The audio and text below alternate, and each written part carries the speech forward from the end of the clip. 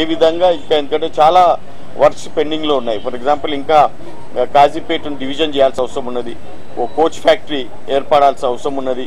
ఇవన్నిటిని కూడా మేము క్లారిఫికేషన్స్ అన్నిటిని కూడా సార్ట్ చేస్తున్నాము. అవన్నీ ఆ క్లారిఫికేషన్స్ అన్నిటిని కూడా తీసుకున్న తర్వాత యాక్చువల్లీ ఎటువంటి బడ్జెట్ అనే దానికి మేము ఫైనలైజ్ చేస్తాం.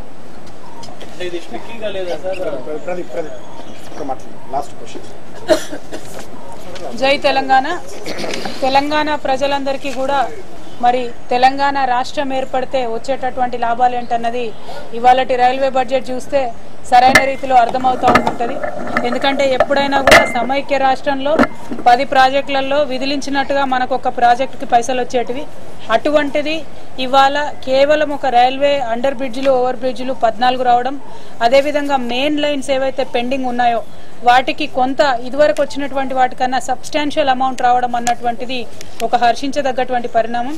అయితే మన దగ్గర ఉన్నటువంటి మొత్తం పెండింగ్ ప్రాజెక్టులలో మరి ఇప్పుడు ఇచ్చినటువంటి నిధులు సరిపోకపోయినప్పటికీ కూడా ఇదివరకు ఉన్నటువంటి ఆంధ్రప్రదేశ్తో కంపేర్ చేస్తే మన రాష్ట్రం ఉంటే ఎట్లా ఉంటుంది, మన నాయకత్వం ఉంటే ఎట్లా ఉంటుంది, తెలంగాణ బిడ్డలు పట్టుబట్టి మరి 8 నెలలు ముఖ్యమంత్రి గారి దగ్గర నుండి మొదలు పెడితే ఎంపీలందరం కూడా నిరంతరం ఇక్కడ ఉన్నటువంటి వారికి చెవులో జోరీగలాగా పోరు పెడితే మనకు ఎన్ని నిధులు వచ్చినాయి అన్నటువంటి విషయం ఇలా తెలంగాణ ప్రజలకు కనిపిస్తూ ఉన్నది.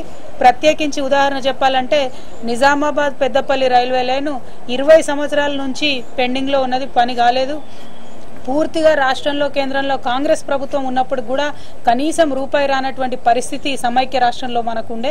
అదే ఇవాళ మొత్తం 282 కోట్లతోని పూర్తవ్వాల్సిన నిజామాబాద్ పెద్దపల్లి లైన్కి కరెక్ట్గా సగం అంటే 141 కోట్లు ఇవ్వడం అన్నటువంటిది చాలా అద్భుతమైనటువంటి పరిణామం. ఇది కేవలం తెలంగాణ సపరేట్ రాష్ట్రంగా ఏర్పడ్డందుకు మన ముఖ్యమంత్రి గారి ఆధీనంలో జరుగుతున్నటువంటి ఒక అద్భుతమైనటువంటి చర్చలకు వీటన్నిటికీ తార్కాణంగా నేను చూస్తూ ఉన్నాను. అంతేకాకుండా ఇప్పుడు వచ్చినటువంటి ప్రాజెక్ట్స్ కాకుండా కేంద్ర ప్రభుత్వం ఏదైతే సూచనలు చేస్తూ ఉన్నదో మీరు సగం ఇవ్వండి మేము సగం ఇస్తామని వాటిని మేము వ్యతిరేకిస్తూ ఉన్నాం. ఎందుకంటే రైల్వేస్ అనేటటువంటిది యూనియన్ సబ్జెక్ట్.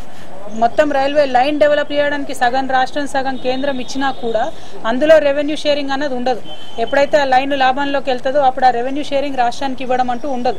మరి యూనియన్ లిస్ట్లో ఉన్నటువంటి రైల్వేస్ని పట్టుకొని సగం మీరు ఇవ్వండి సగం మేము ఇవ్వండి అని చెప్పి ప్రజల అవసరాలను రాష్ట్రాల యొక్క అసహాయతను దృష్టిలో పెట్టుకొని కేంద్ర ప్రభుత్వం ఈ విధానంగా వ్యవహరించడం సరిగ్గా లేదు.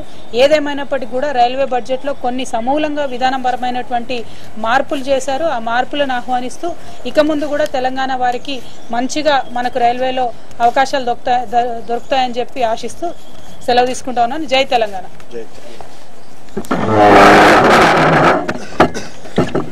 మీడియా మిత్రులకు తెలంగాణ ఉద్యమాభివందనాలు.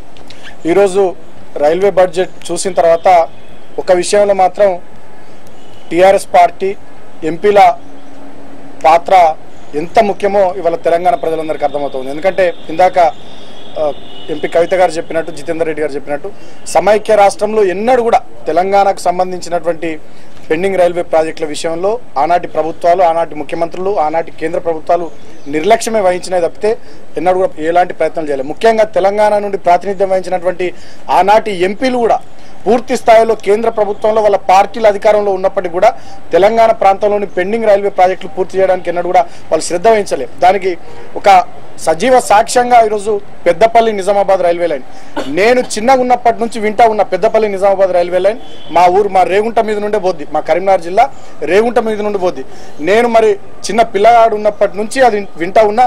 ఇవాళ నాకు పెళ్ళే, నాకు ఒక పిల్లగాడు వచ్చింది, ఇంకా ఆ రైల్వే లైన్ పూర్తి కాలే. ఇవాళ దారుణమైనటువంటి విషయం ఏంటంటే కేవలం 141 కోట్లు మాత్రమే ఆ రైల్వే ట్రాక్ సంబంధించి కేంద్ర ప్రభుత్వం కేటాయించడం. దాదాపు 282